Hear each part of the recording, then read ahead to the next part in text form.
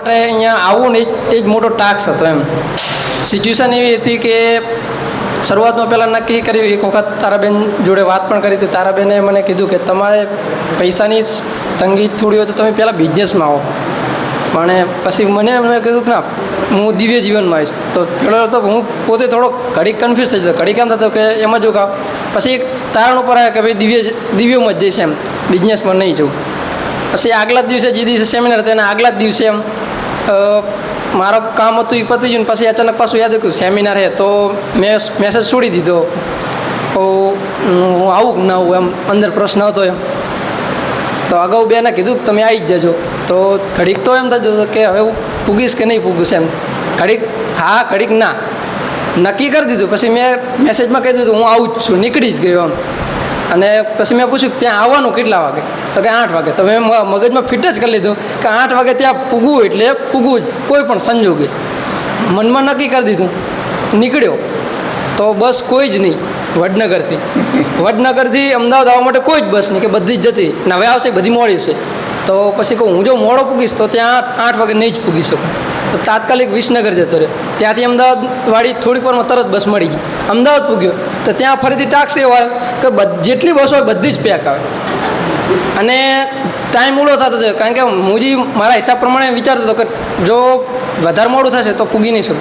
તો પછી જેમ તેમ કરીને એક લગભગ 11:30 પછી એક બસ આવી રાજકોટની, પણ એ પૂરી હક્કા પેક એમ. પેક એટલે ચડવા માટે એન્ટ્રી નહોતા આપતા, પણ તેમ છતાં મેં કીધું ઊભા તો ઊભા, પણ આવવું તો છે. જો લેટ કરીશ તો વધારે લેટ થશે. તો ઊભા આવ્યો છે રાજકોટ સુધી.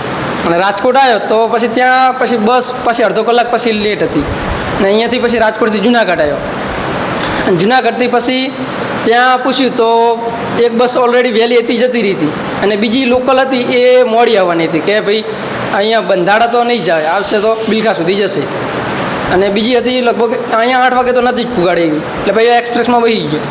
એક્સપ્રેસમાં બેસી અને અહીંયા બંધાડા ઉતર્યો તો એકદમ કહો ટાઈમ હતો કે હવે 10 જ મિનિટની વાર હતી કે 10 મિનિટમાં આ સેન્ટર ઉપર કઈ રીતે પૂગવું એમ. અને અહીંયા ભાઈ હતા એમ. મેં ભાઈને પૂછ્યું, મને તો ત્યાં નથી ખબર કે આ ભાઈ આવવાના હતા. મેં એને પૂછ્યું કોઈ બંધાડા જવા માટે, તો કે અને થયું કે ત્યાં ફાટક તરત બંધ થઈ ગયો બસવાળા. હા તો હવે 10 મિનિટમાં તો પૂગવું અશક્ય જ છે એમ. પણ મેં નક્કી કર્યું કે 8 વાગે પૂગવું એટલે પૂગવું. સેન્ટરની ખબર નહીં, લોકેશનમાં નાખ્યું તો નજીક દેખાડતા હતા. પેલા ભાઈને પૂછ્યું કે ત્યાં સુધી જાઉં. એ ભાઈ આવતો જ હતો, પણ કે ત્યાં સુધી તો કે નહીં હું જઈશ. એટલે પછી મેં એક ભાઈ બાઇકવાળો હતો, તે બાઇકવાળાને કીધું હતું કે જવો બંધાડા કે હા, મતલબ બેસી ગયા બાઇકમાં. તો બંધાડા તો ઉતરી ગયા. ત્યાંથી સેન્ટર નાખ્યું તો નજીક હતું. 5 જ મિનિટની વાર હતી. તો મેં પછી કહું હવે અહીંયા ગમે એટલું દૂર હોય દોડીને 8 વાગે પૂગવું એટલે પૂગવું. અને ત્યાં આગળ દોડીને આવતો જ તો આમ જાગરણ પહેલાં તો બોર્ડ પર ધ્યાન જાય, હા સેન્ટર આવી ગયું. અને પેલી બાજુ જોયું તો ભાઈશ્રી ઊભા હતા, કારણ કે યુટ્યુબમાં જોયા હતા એટલે થોડુંક થઈ ગયું. અને ભાઈશ્રીને મળીને તરત જ એન્ટ્રી 1 મિનિટ પહેલાં જ અંદર એન્ટ્રી ગેટ મળી ગયા કે 8 વાગે પહેલાં પૂગી ગયો.